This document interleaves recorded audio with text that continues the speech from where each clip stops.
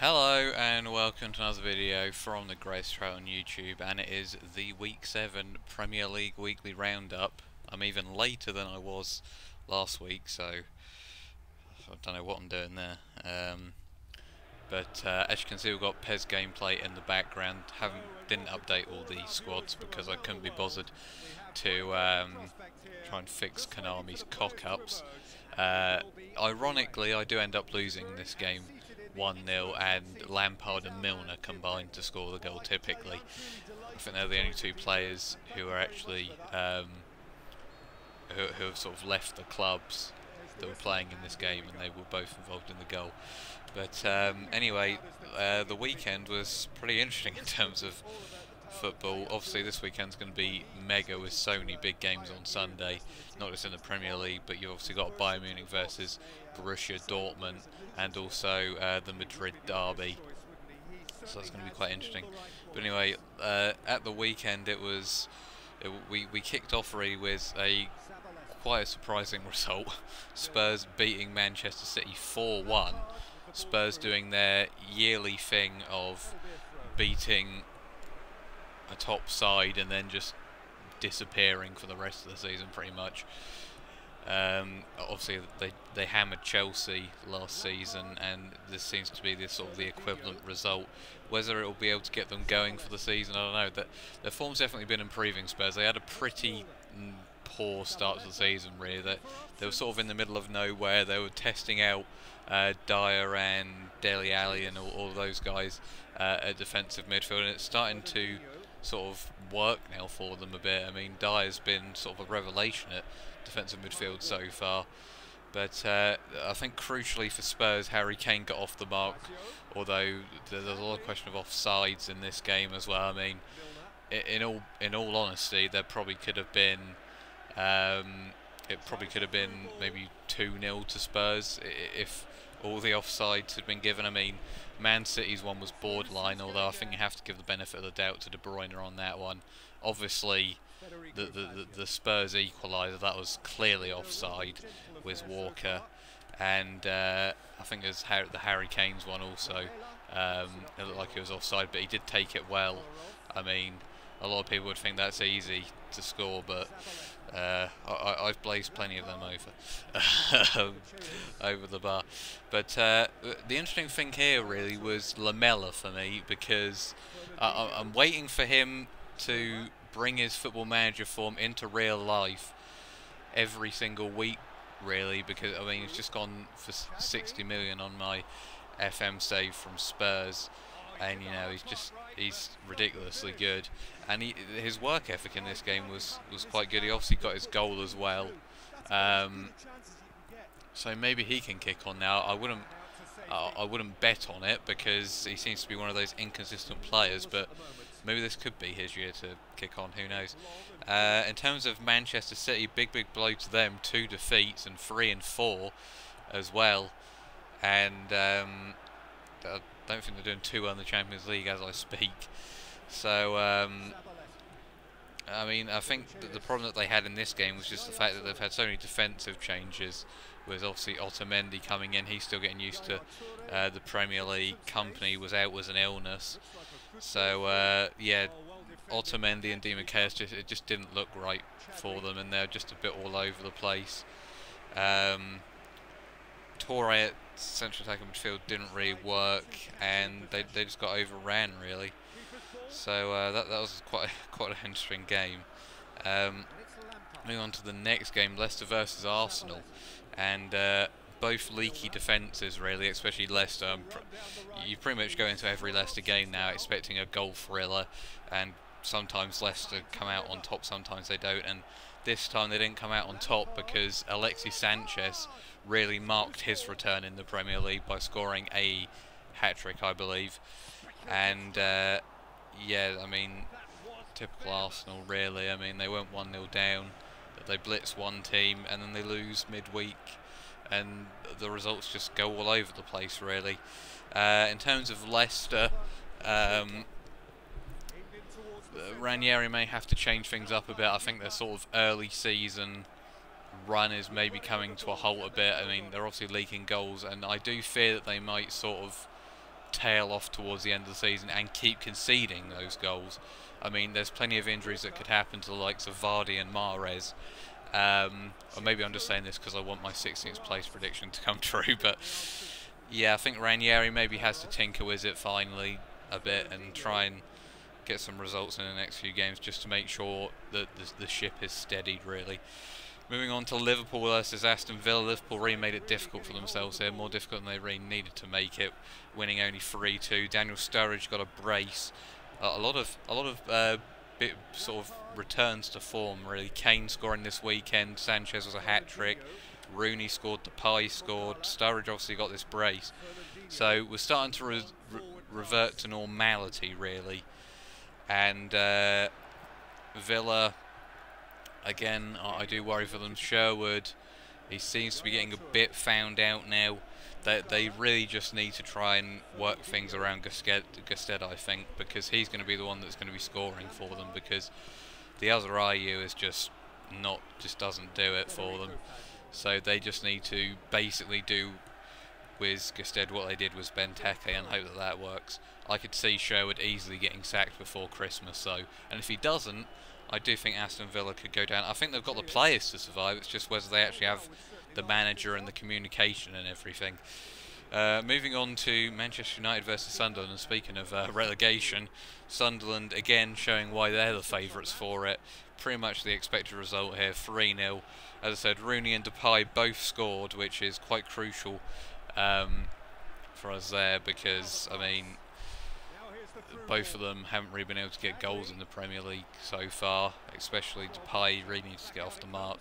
Being able to do that. Martial once again involved quite a lot in the goals. Didn't get one himself, sadly, but I mean he's just linking up so well, and he's an asset whether he's scoring goals or not. So yeah, not really much more to say here other than it was the expected result, really. And for once, Man United didn't actually decide to go into the last 5 minutes. It was only a 1-goal lead. Southampton, Swansea, again, Southampton sort of reverting to normality as well a bit. This is a big result for them. I mean, Swansea away is can be a difficult game with the way Swansea play, but as Chelsea have seen this season.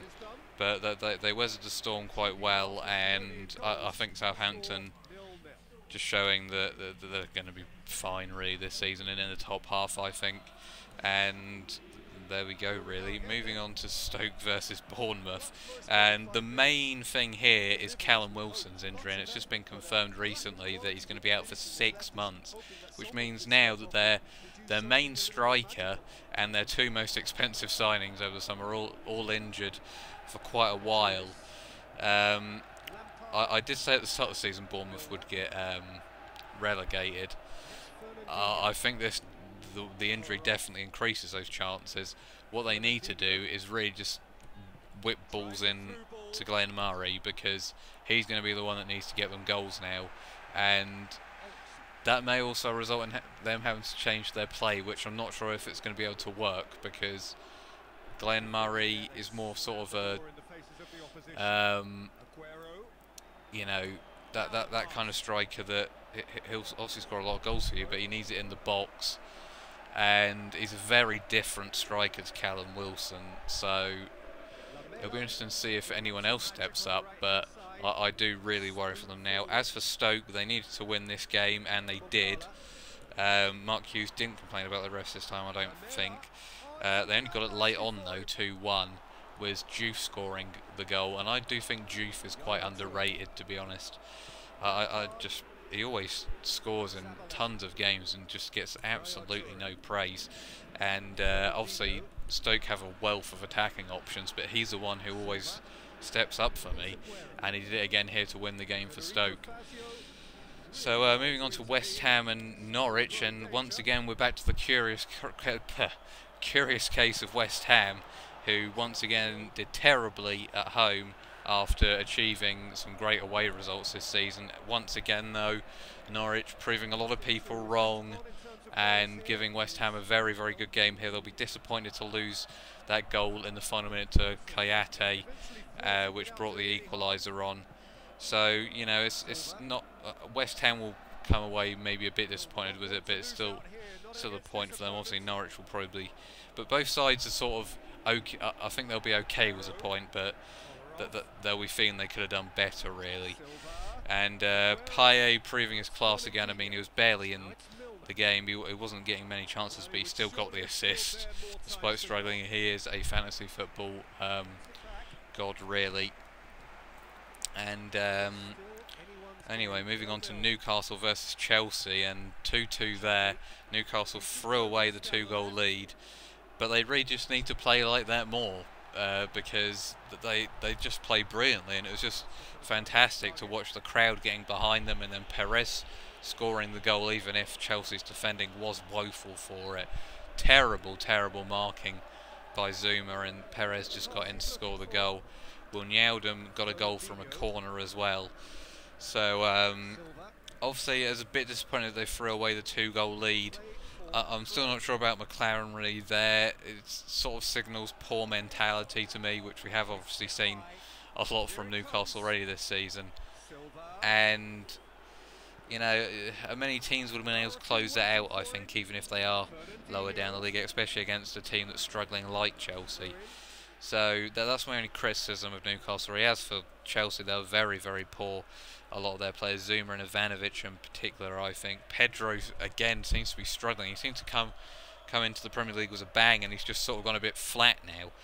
And he really needs to get a goal or two under his belt. Another thing, I'm not quite sure why Newcastle fans were booing Remy. I mean, I know he went for a big move to Chelsea, which nobody likes, because it's Chelsea. But, I mean, look at how much Remy actually contributed to Newcastle. I don't have a clue why the hell they're deciding to boo him, unless he said something about the club that I don't know about. But it just seems odd to me, and Remy didn't really have much of a great game either. So the main game changer for Chelsea was Ramirez, I think, and all the players that seemed to be maybe not making as big of an impact last season, like Ramirez, Oscar, Willian, are already stepping up to the plate. Was players from last season who are really performing, Ivanovic, Terry, Hazard, and even Costa, have all been pretty poor. Moving on to the only Sunday game which I watched as well, Watford versus Palace. Yeah, 0-0 probably would have been the right result here. Both teams had chances, but it wasn't exactly a classic, quite a tight game. Definitely was a penalty as well, just tired legs from the defender. There's not really much more to say about it than that. I mean, Watford, again, might be a bit concerned about their lack of goals, and they seem to be just deploying the same tactic of just trying to whack it up to Deeney, and then just have him have knockdowns down to Igalo or someone else. I think they need to maybe experiment a bit more with some of the attacking players that they've bought, like Diamante or someone else, just so they can maybe change it up a bit. But Flores strikes me as a bit of a rigid manager sometimes. And moving on to the final game, West Brom versus Everton, and thank God for Romelu Lukaku, who saved my fantasy football weekend by getting that brace and winning the game for Everton. And this was a very weird game from West Brom. Once again, Berahino got in the goal, so he clearly is showing that he's maybe over this whole transfer saga, but it was very un-Pulis-like to throw away a 2-goal lead, especially since they went into the sort of in at half time. I eventually got there. In at half time with the lead. I just find it really bizarre that they're throwing that game away. But Everton now can go into the Liverpool game at the weekend with a lot of enthusiasm. Lukaku can really go in there to bully the defences, and if Lovren's playing, I think Liverpool players and their fans will be crapping themselves at the thought of Lukaku, who's just scored 2 goals and is performing pretty well this season against Lovren. So they'll probably be hoping that Saka or someone else is playing. I think they'd rather just have someone from the crowd playing, to be frankly honest. But yeah, it's going to be an interesting weekend. Arsenal versus Manchester United. We always find a way to beat Arsenal, so I'm not too worried about that. Although I wouldn't be surprised if they did come back with a response after their poor Champions League result. So it'll be interesting to see. and obviously some great games this weekend, so there's plenty to look forward to. So thank you for watching, and until next time, goodbye.